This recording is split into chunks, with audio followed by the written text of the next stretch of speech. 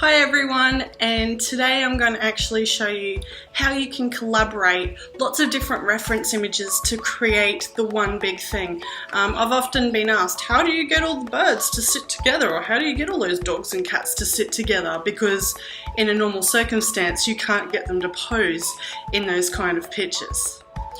So today I've set myself up. I'm working on quite a large canvas at the moment. I've already started drawing in one little element, which is the turtle at the top, but I've got literally dozens of reference photos on my phone that I will be using to actually create this image, just like lots of ocean reef stuff to try and fit in with what's actually going on. So I've organised a bit of a scary, teetery tripod so I can set up my filming. Alright, so let me open my reference pictures. The client that I'm painting this painting for he indicated I want a large painting, I would like a turtle in the background, I'd like a big bommy sort of thing here, and I'd like some coral trout coming out. Oh, and I want some clownfish and stuff as well. And you know, that's going to be great. It's going to be really good. So I'm working from the back forwards, and I'm actually in the middle of getting all my reference drawings down pat first. So the very first thing I do before I put in any detail is I need to rough out the basic outline of where I want my elements, because if I don't have a rough idea I can't just draw them in. If I draw them in really carefully with my pencil and I do all that beautiful fine detail, it makes it 100 times harder for me to rub it out if it's in the wrong spot. So the very first thing I have to do is place, with a very, very light pencil mark, place where I want all my elements.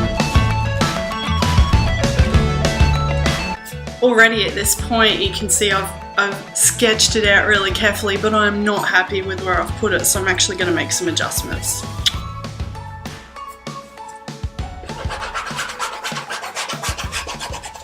I have to be really careful if I'm using an eraser to rub back my pencil, because if I use it like this, the sharp end of the eraser is actually going to dent my canvas, and that's the last thing I want.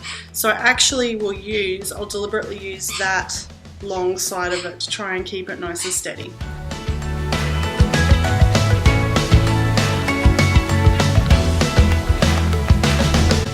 Okay, so I'm a lot happier with that position now, so I'm probably going to actually go ahead and pencil those in at some point.